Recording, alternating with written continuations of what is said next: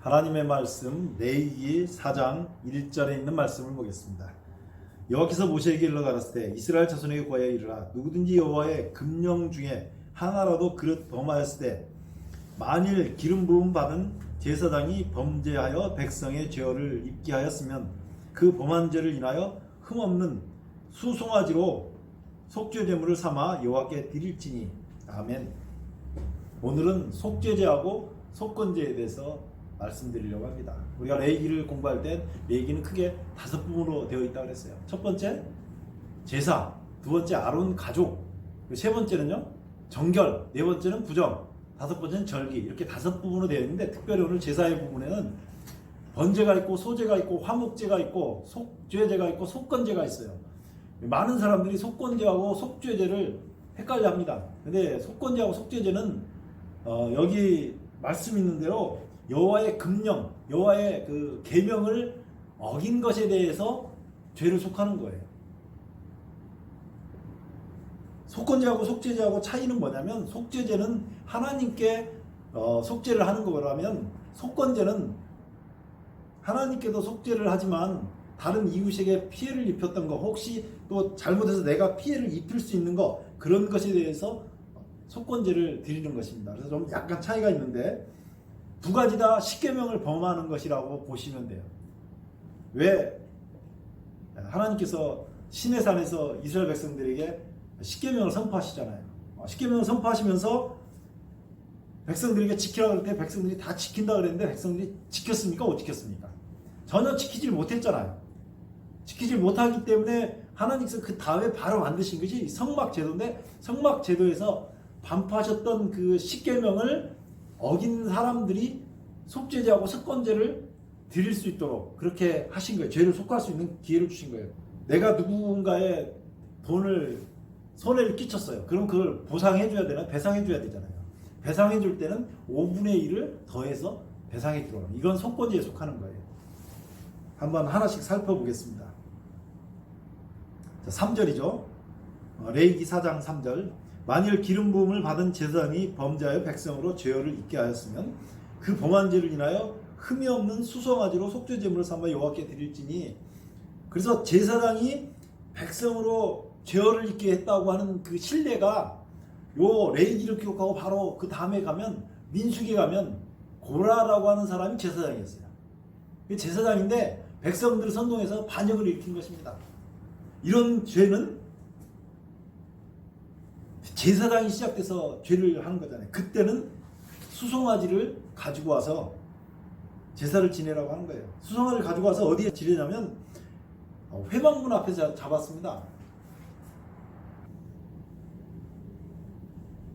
이 동편에가 문이 있었는데 여기에 번제단이 있었단 말이에요. 여기 성소가 있고 이 앞에 물두멍이 있었는데 성소 지성소가 이제 이렇게 있었는데 회막문 앞에서 잡았어요. 송아지는 항상 이 회막문 앞에서 잡았습니다. 여기 동쪽이죠. 동쪽에서 잡은 거예요. 그리고 염소나 양 같은 것은 이 북쪽에 잡았어요. 그래가지고 수송아지를 잡은 다음에 잡을 때는 어떻게 하냐면 끌고 온 사람이 머리 따서 안수하고 끌고 온 사람이 잡습니다. 그럼 피를 제사장이 받아가지고 그 성소 안으로 들어가요. 이 안으로 들어가가지고 여기 있는 휘장에다가 7번을 뿌렸어요. 어떤 사람들은 그러니까 이 휘장으로 죄를 전가시킨다고 생각하는 사람인데 그런 것을 지지할 만한 성경절은 단 한 구절도 없습니다. 누구든지 혹시 이 방송을 듣고 성경절을 이 휘장에다가 피를 뿌린 것 때문에 휘장으로 죄가 전가된다는 사상을 가진 사람들이 가끔 있는데, 휘장에 피를 뿌려서 죄가 전가됐다고 하는 것은 성경에 단 한 구절도 안 나온다고요. 몇 구절도 안 나온다고요? 단 한 구절도 나오지 않습니다. 그러니까 자기가 생각을 만들어서 이렇게 생각하면 안 되고 여기 가서 7번을 뿌렸어요. 7번을 뿌리고 그 다음에 여기 분향단이 있었거든요. 어디냐면 여기 분향단이 있었어요. 여기 분향단. 여기 떡상이 있고 촛대가 있고 이렇게 촛대가 있고 여기 분향단인데 분향단이 있는 그 뿔에다가 분향단에 뿔이 있는데 그 뿔에다가 피를 발랐어요. 그리고 기름은 번제단에다 불살랐습니다. 기름은 어디다 불살랐다고요? 여기 있던 이 번제단에다가 기름은 불살랐어요. 그리고 가죽, 고기, 머리, 다리, 내장, 똥 송아지 전부는 재 버리는 곳에서 불살랐어요. 자, 제사장이 백성으로 죄를 잊게 하는 것은 고라가 그 대표적인 예로 그 다음에 성경에 민수기를 공부할 때 보면 나와요. 그때 가서 자세히 하기로 하겠습니다. 자, 두 번째로는 회중이 죄를 범했을 때요. 그때는 제사장의 죄하고 똑같습니다. 이때는 똑같이 송아지를 가져다가 지금 조금 전에 제사장이 백성으로 죄를 잊게 했던 거와 똑같은 방식으로 제사를 드리는 거예요. 그냥 백성이 어떻게 죄를 하죠? 여기에는 이렇게 나옵니다. 13절에 보면 만일 이스라엘 온 회중이 여호와의 금령 중에 하나라도 그릇 범하여 허물이 있으나 스스로 깨닫지 못하다가 이렇게 온 금령 중에 하나, 이스라엘 백성들에게 왕은 누구였죠? 하나님이셨어요. 그 이스라엘 백성들이 왕을 구하는 때가 나와요. 십계명 중에 나 외에 다른 신을 내게 있게 말지니라. 근데 강력한 왕권을 가지고 하나님을 대신할 자리를 찾기 위해서 나중에 결국 사울왕이 세워지고 그 다음에 두 번째로 다윗왕이 세워지는데, 그때 사람들이 제사장에게 나와서 사무엘에게 나와서 왕을 달라고 간절히 부르짖습니다. 그것이 죄악이었거든요. 회중이 왕을 구하는 죄를 지었어요. 이럴 때도 똑같이 송아지를 가지고 제사를 드렸습니다. 이게 속죄제에 속하는 거예요. 그다음에 족장이 만약에 죄를 범하면, 족장 있잖아요. 우리 교회도 장로님이 계시잖아요. 장로님이 죄를 범하면 이렇게 생각하시면 돼요. 족장이, 목사가 죄를 범하면은 수송아지를 끌고 오는데, 족장이 죄를 범하면 수염소를 끌고 옵니다. 그리고 끌고 와서는 안수하고 번제단 북편에서, 아까 말씀드렸잖아요. 번제단 북편에서 잡아요. 번제단 북편에서 잡습니다. 번제단 북편에서 잡는데, 그리고 피를 번제단 뿔에 바르고요. 이 번제단 뿔에다가 피를 바르고, 그 다음에 번제단 밑에다가 피를 쏟습니다. 번제단 밑에 피를 쏟는 것은 수송아지 때도 마찬가지예요. 번제단 밑에다가 피를 쏟아요. 모든 속죄제의 기름은 번제단에서 불살랐어요. 그 나머지는 다 가지고 가서 그 재 버리는 곳에 가서 불살랐습니다. 27절에 보면 평민이 죄를 범했을 때의 이야기가 나옵니다. 4장 27절이죠. 만일 평민의 하나가 여호와의 금령 중 하나라도 부지 중에 범하여 허물이 있다가 그 범한 죄에 깨우침을 받거든 그는 흠없는 암염소를 끌고 와서 그 범죄한 죄를 위하여 그걸로 제물을 드렸어. 방법은 똑같습니다.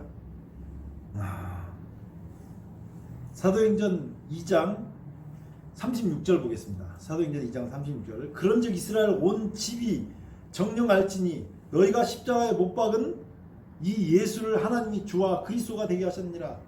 예수님이 십자가에 못 박힌 얘기를 합니다. 그러면서 저희 양심을 찌르게 되니까요.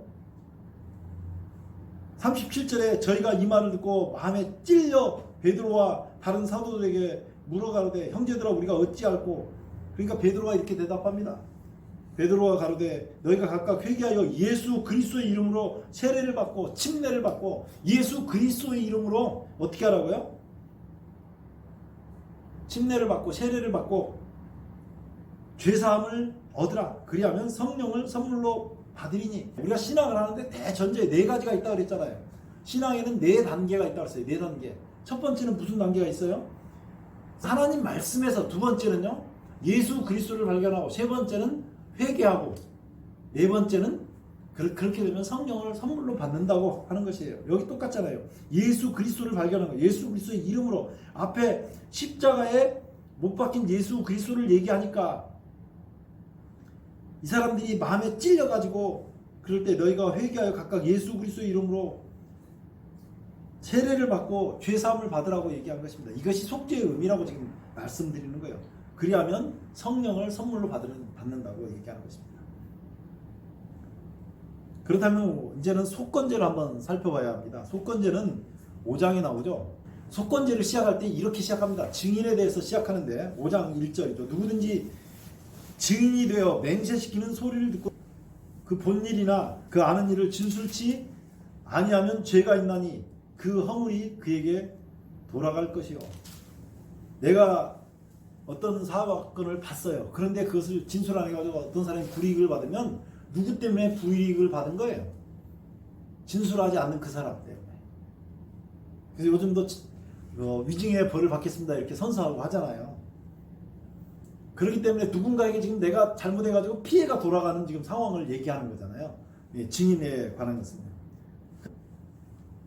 이제 속건제를 지금 설명하는 거예요. 두 번째는 2절에 보면 누구든지 부정한 들짐승의 사체나 부정한 가축의 사체나 부정한 곤충의 사체들 무릇 부정한 것을 만졌으면 부주중이라 할지라도 그 몸이 더러워져서 허물이 있을 것이요. 왜 시체를 만지면 부정하게 되는 것입니까? 시체는 뭐가 많아요? 균이 많잖아요. 그래서 성경에 하나님께서 모든 걸 알고 계시기 때문에 우리가 부정한 것을 만져가지고 그 더러워지면 이것을 다른 사람이 어떻게 할 수 있어요? 전염할 수 있잖아요. 요즘 코로나가 왜 격리를 하냐면 그래서 격리하는 거예요. 작년 1월부터 격리를 했다고 했잖아요. 어떤 사람은 믿음으로 합니다. 그런데 교회에서 많은 코로나들이 환자들이 발생했잖아요. 그 이 아무개를 믿는 사람들도 엄청난 일을 했지만 엄청난 일을 나쁜 일을 했죠. 교회에서 우리는 대면 예배를 드리겠습니다. 그리고 했단 말이에요. 근데 사실 전염성이 강한 것은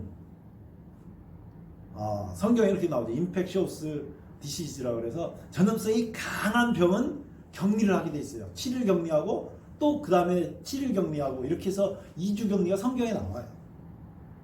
우연히 보건당국에서 2주를 격리하라고 한 것은 아니에요. 그래서 이렇게 전염성이 생길 수 있는 문제는 그 사람이 먼저 정결케 되라고 하는 거죠. 전염성을 끊어내라고 하는 거예요. 그 다음에 무심 중에 사람이 말을 뱉을 수가 있어요.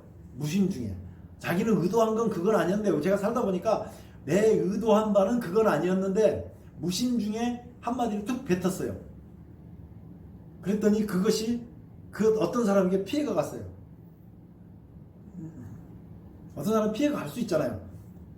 나는 무심 중에 어떤 사람이 와서 좋지 않는 얘기를 했어요. 나는 가만히 있어야 되는데 무심 중에 그러니까 이렇게 해가지고 그 사람을 동절했단 말이에요. 그러면 무심 중에 한마디로라도 그 맹세를 하거나 말을 해가지고 허물이 생길 수가 있다거든요. 이런 모든 문제가 생겼을 때는 하나님 앞에 죄를 속하는 것입니다. 그때는 속건제를 드리는 거예요. 보겠습니다. 5장 4절 혹 누구든지 무심 중에 입으로 맹세를 바라여 악을 하리라 하든지 선을 하리라 하면 그 사람이 무심 중에 맹세를 바라여 말한 것이 어떠한 일이든지 깨닫지 못하다가 그것을 깨달을 때는 그중 하나의 허물이 있을 것이니 그중 하나의 허물이 있을 때는 아무 일에 범과였노라 자복하고. 그래서 속건제의 첫 번째 특징은 죄를 속할 때 자복하라고 하는 것이에요. 내가 예를 들어서 무심결에 에이 그리고 옆 사람을 욕을 했단 말이에요. 그러면 그 사람한테 그 사람 지금 정신적인 피해를 보고 있잖아요. 당연히 가서 사과를 해야죠. 근데 사과하지 않으면 하나님께서 받지 않는다고 얘기하는 거예요. 사과를 해야 되는 거예요. 자복을 해야 되는 거예요. 실제로 예수님께서 뭐라고 그러셨냐면 성전에서 예배를 드리다가라도 하나님 앞에 제물을 드리다가라도 잘못한 것이 느껴지면 그 형제에게 가서 사과를 하고 오라고 그랬어요. 그게 예수님 믿는 사람들은 누구 말대로 따라야 돼요? 예수님 믿는 그 예수님 말대로 따라야 됩니다. 자, 그리고 나서 6절에요. 그 범관을 내 여호와께 속건제를 드리되 양떼 암컷 어린 양이나 염소를 끌어다가 속죄제를 드릴 것이요. 그래서 여기서는 속건제라고 하는 또 다시 속죄제라는 말로 나오는데 지금 십계명을 범한 하나님의 말씀을 범한 계명을 범한 그 죄가를 속하기 위해서 이것을 드리는 거예요. 그런데 속죄제는 하나님께 드리고 회개하면 되는 일인데 속건제는 사과할 일은 사과하고 배상할 건 배상하고 그리고 와서 해야 된다고 지금 말씀드리는 거예요. 자, 그런데 어떤 사람은 돈이 없어가지고 양이나 염소로 속죄를 못해요. 그러면 비둘기로 하라고 하는 것입니다. 7절 만일 힘이 어린 양에 미치지 못하거든 그 범과를 속하게 하여 산비둘기 둘이나 집비둘기 새끼 둘을 여호와께 가져 가래 하나는 속죄의 제물을 삼고 하나는 번제물을 삼아. 그러니까 비둘기를 가지고는 두 마리를 가지고 와가지고 하나는 속죄제물을 삼고 하나는 번제물을 삼아가지고 하나님께 제사를 드리려고 하는 것입니다. 이 규례는 번제물 규례하고 거의 비슷한데 속죄제물을 먼저 합니다. 속죄제물을 먼저 하는데 속죄제물은 머리에서 목을 비틀어 끊고 그 다음에 몸을 쪼개긴 쪼개는데 아주 쪼개잖아요. 예수님께서 몸이 찢기잖아요. 살도 찢기고 창으로 찔리기도 하고 완전히 분리되는 건 없잖아요. 그런 것처럼 비둘기를 머리를 비틀어서 끊지만 이 몸을 아주 찢지는 말고요. 그 속죄제물의 피는 단 곁에서 번제단 곁에서 뿌렸습니다. 그 다음에 나머지 피는 단 밑에다 뿌렸고요. 번제물은 번제와 같이 똑같이 번제 드릴 때 했던 것과 같이 그렇게 드렸습니다. 근데 그것도 비둘기도 드리지 못할 만큼 가난한 사람은 어떻게 해요? 그때는 고운 에바 가루 10분의 1을 가지고 옵니다. 거기에는 에바 가루에다가 유향도 말고 기름도 말고 그냥 아무것도 놓지 않고 한 움큼을 그냥 이 번제단에다 불살랐어요. 그리고 나머지는 제사장의 몫이 됐습니다. 그 속건 제물 중에는 어떤 것도 있었냐면 이웃에게 예를 들어서 물건을 훔쳐왔어요. 근데 그걸 회개하고 돌려줄 적에는 5분의 1을 더해서 돌려준다고 그랬잖아요. 근데 어떤 경우는 하나님의 성물을 자기가 써버릴 경우가 있어요. 대표적으로 우리가 요즘에 11조를 내야 되냐 말아야 되냐 논란이 많은데 제가 명쾌하게 성경에는 분명하게 11조를 하라고 돼 있거든요. 근데 11조를 내야 되는데 어느 날 너무 급해가지고 11조를 써버렸네요. 그러면 어떻게 하느냐? 하나님께 드릴 건데 그때는 5분의 1을 더해가지고 그러니까 100만 원이라면 5분의 1이면 얼마예요? 20만 원을 더해서 하나님 앞에 드리려고 하는 거예요. 속건제물의 기름도 번제단에서 불살랐습니다. 이사야 53장 10절에는 이렇게 말씀하고 있어요. 여호와께서 그로 상음을 받게 하시기를 원하사 질고를 당케 하셨은즉 그 영혼이 속건제물로 드리기에 이르면 그가 그 씨를 보게 되며 그날은 길 것이요 또 그의 손으로 여호와의 뜻을 성취하리로다. 그러니까 예수님께서는 자기 자신을 속건제물로 드렸다고 해요. 그러니까 지금까지 나온 번제, 소제, 화목제, 속건제, 속죄제 이 모든 것은 다 예수 그리스도께서 십자가에 달려 죽으실 것을 얘기한다고 보여지는 것입니다. 속죄제는 자신의 죄를 용서받기 위해서 드리는 제사였습니다. 속죄제는 번제단에서 기름 외에는 기름은 번제단에서 태웠지만 나머지는 모든 것은 진 밖에 가서 태웠습니다. 이렇게 진 밖에서 태운 까닭은 예수님께서 성문 밖에서 죽으실 것을 의미했습니다. 히브리서 13장 11절에는 이렇게 말씀하고 있습니다. 이는 죄를 위한 짐승의 피는 대제사장이 가지고 성소에 들어가고 그 육체는 영문 밖에서 불사름이라. 그러므로 예수도 자기 피로써 백성을 거룩하게 하시고 성문 밖에서 고난을 받으셨느니라. 영문 밖 혹은 성문 밖으로 하나님과 사람 사이에 에덴 동산에서 사람을 내어 쫓았잖아요. 그리고 화영검이 에덴 동산을 막고 있었잖아요. 그런 것처럼 하나님과 사람 사이에 놓여진 이 담을 예수님께서 십자가에 말미암아서 그 담을 허물었다고 얘기하는 것이 십자가의 피로 그 담을 허물었다고 얘기하는 것입니다. 그래서 이런 말씀이 가능한 거예요. 그러므로 이제 그리스도 예수 안에 있는 자에게는 결코 정죄함이 없나니. 아멘. 진 밖에 죽으신 예수 그리스도의 모습은 속죄제의 어떠함을 우리에게 보여주고 있습니다. 속죄제 중에서는 오직 기름만 향기로운 제물이었어요. 나머지는 향기로운 냄새가 아니었습니다. 기름은 향기로운 냄새로 번제단에 태웠지만 나머지는 제가 재버리는 곳에 가서 태웠거든요. 번제나 소제나 화목제 모두 다 향기로운 냄새로 하나님께 제사를 드렸어요. 하지만 속죄제는 진 밖에 내다 버리는 것은 향기로운 제사가 아니었습니다. 진 밖에 내다 버리는 부분은 냄새가 아닌 죄를 지고 나가 죄가 되어 버리는 것에 강조점이 있습니다. 그러니까 그것은 죄가 없어진다고 하는 것을 죄의 멸절을 얘기하는 거예요. 이 속죄제는 신분에 따라서 네 가지로 드렸다고 그랬죠. 제사장은 송아지, 회중 전체가 죄를 지었을 때도 송아지, 그다음에 족장은 수염소, 평민은 암염소 혹은 암양으로 속죄제를 드렸어요. 신분에 따라 왜 이렇게 재물이 달라졌어요? 똑같은 죄라도요, 위에 사람이 진 죄가 더 크다고 얘기하는 거예요. 예를 들어서 목사하고 성도하고 똑같이 죄를 지었어요. 그럼 똑같이 처벌을 받냐? 하나님 절대 그렇게 안 하셔요. 누가 더 큰 죄를 지었다고 하나님 말씀하셔요? 제사장이 더 큰 죄를 지었다고 얘기하는 것입니다.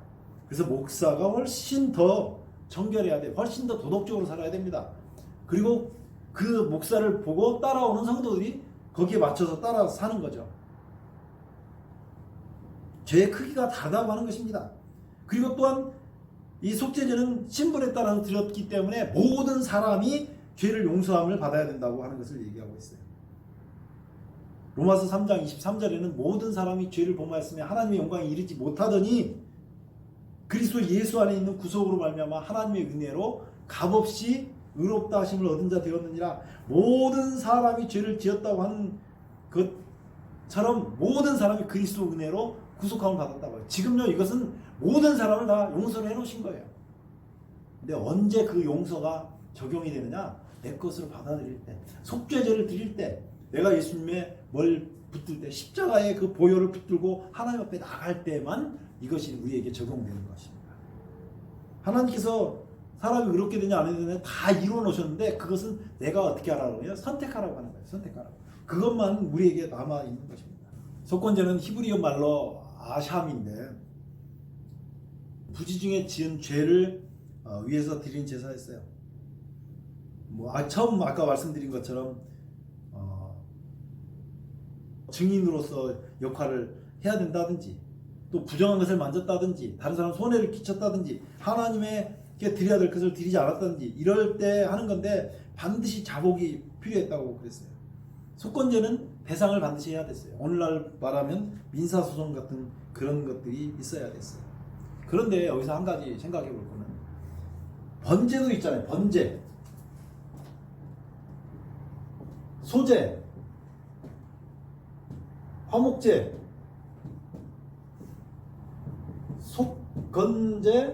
속건제, 속죄제. 이거는 지금 계명을 범한 것이라고 제가 말씀드렸잖아요. 여기 지금 소제는 본래 감사제예요. 화목제는 하나님과 인간 사이에 벌어져 버린 그 관계를 회복하기 위해서 화목제를 드린 거예요. 그럼 번제는 왜 드리죠? 번제는 아담과 하와가 맨 처음에 가죽옷을 지어 입힌 것을 보고 그 제사 지내는 걸 배워가지고 계속 제사를 지냈을 거란 말이에요. 근데 그 다음에 창세기 4장에 보면 아벨과 가인이 제사를 지냈단 말이에요. 그때는 번제를 드렸거든요. 왜 번제를 드렸냐고요? 번제를 드린 이유가 뭘까요? 번제는 하나님께서 선악과를 먹지 말라 그랬어요. 사람에게. 근데 사람이 선악과를 먹었잖아요. 이 선악과를 먹었다고 하는 것은 어떤 의미를 가지고 있습니까? 번제의 의미를 지금 설명하려고 제가 이 설명을 하는 거예요. 사람이 본래 흙이었어요. 흙은 한 번도 자기가 사람이 되는 걸 선택해 본 적이 없습니다. 여러분들도 선택돼서 내가 선택해가지고 나온 사람은 없어요. 아무도 없습니다. 선택돼가지고 나오신 이 땅에 태어나신 분은 예수님 말고는 없어요. 그러니까 흙이 사람이 되는 데는 아무런 요구사항이 없었어요. 노력한 것도 없습니다. 헌금을 잘 드렸다든지 헌신했다든지 누구를 위해서 희생했다든지 그런 것이 없이 순수하게 누구의 뜻대로 흙이 선택돼서 사람이 된 겁니까? 하나님의 뜻대로. 그래서 흙이 사람이 되는 데는 전적으로 하나님의 의지만 있었고 하나님의 창조의 섭리만 있었어요. 선악과를 먹는다는 의미가 뭐예요? 선악과를 왜 먹었습니까? 선악과를 먹는다고 하는 의미는 내가 어디로 돌아간다고요? 선악과를 먹을 때 네가 선악과를 먹지 말라 하나님께서 말씀하시면서 먹는 날에 정녕 죽으리라고 말씀하셨거든요. 죽는다는 흙이 본래 있던 상태가 죽는 상태잖아요. 이것을 고린도 전서 15장 22절에는 아담 안에서 모든 사람이 죽은 것 같이 사람이 죽었단 말이에요. 선악과를 먹은 이후에 우리는 지금 살아있다고 생각하지만 하나님 보시기에는 전부 다 죽었다고 얘기하는 거예요. 그게 선악과를 먹은 이유입니다. 선악과를 먹고 죽었는데 그 다음에 사람이 하나님 앞에 나아가서 재창조를 해야 되잖아요. 흙이었는데 사람이 됐다가 선악과를 먹으면서 흙 상태로 돌아간 상태인데 이 흙 상태가 다시 사람이 되려면 뭘 해야 되겠어요? 하나님께서 또 창조해 주셔야 되잖아요. 그 창조하는 과정이 십자가에 딱 그 말씀이에요. 십자가에서 우리 죄를 다 짊어지신 것도 있지만 십자가에서 예수님께서는 우리를 다시 재창조하신 거예요. 그것을 거듭남이라고 얘기했습니다. 재창조하시는 것을 우리가 우리 것으로 받아들이는 기회를 지금 주신 거죠. 그래서 사람이 재창조되는 과정을 지금 설명하는 것이 번제입니다. 예수님이 십자가에 달리시면서 우리를 재창조해 주신 것을 하나님 앞에 드리는 제도가 이 번제예요. 왜 가인의 제사를 받지 않았습니까? 가인의 제사에는 뭐가 없었어요? 그 십자가에서 흘리신 피, 우리를 재창조하는 것을 받아들인다는 것이 없었어요. 가인의 제사는 소제죠. 곡식으로 드렸으니까 소제, 감사제죠. 사람이 거듭나지 않고 하나님 앞에 나가는 것은 하나님 앞에 감사를 드리면 하나님께서 받지 않으셔요. 하나님께서는 뭘 받냐면 우리가 거듭나서 예수님과 함께 거듭나가지고 하나님 앞에 나가야 돼요. 그 거듭나서 나갈 때 십자가를 붙드는 거예요. 계속 믿음의 조상들이 창세기 보면 이렇게 드려왔는데 그 번제는 하나님 앞에 내 존재가 다시 재창조되는 과정이기 때문에 번제를 드린 거고요. 그 번제를 드리고 재창조함을 받은 사람은 소제를 드려서 하나님 앞에 감사하고 이것도 십자가를 의미한다고 얘기했어요. 화목제는 하나님과 사람 사이에 이제 죄 때문에 깨졌던 관계가 회복된 것을 보여주고요. 속건제, 속죄제는 그럼에도 불구하고 우리가 세상을 살면서 하나님의 말씀을 또 어기고 살게 되니까 속건제와 속죄제를 드려서 하나님 앞에 다시 죄를 속하는 역사를 하는 거죠. 이게 지금 십자가에서 모든 것이 이루어졌다고 하는 것을 우리에게 보여준 것입니다. 자, 그러므로 오늘 말씀을 마치면서 우리가 5가지 제사를 공부했는데 이 5가지 제사는 뭘 보여준다고요? 예수님의 십자가. 오늘 또 그 예수님의 우리를 위해서 흘리신 그 십자가의 피를 힘입어서 피를 붙들고 하나님 앞에 나아가며 하나님께 늘 감사하고 하나님께 영광을 돌리고 주님과 함께 동행하는 삶을 살게 되시기를 예수 그리스도의 이름으로 축원합니다. 기도하겠습니다. 아버지 우리 하나님 은혜를 감사합니다. 주님께서 십자가에 피 흘리심으로 우리를 구속하신 역사를 번제, 소제, 화목제, 속죄제, 속건제를 통해서 잘 배웠습니다. 주님 우리가 십자가의 의미를 더 깊이 새기고 주님을 따라가게 하시며 주님과 늘 동행하게 하여 주옵소서. 우리의 삶이 변화되게 하시고 성령의 사람이 될 수 있도록 주님 십자가의 보혈로 우리를 깨끗이 씻어 주시옵소서. 코로나19 이것도 주님 십자가의 보혈로 씻겨주시며 이 땅이 다시 회복될 수 있도록 은혜를 베풀어 주시옵소서. 예수님 이름으로 간절히 기도드리옵나이다. 아멘.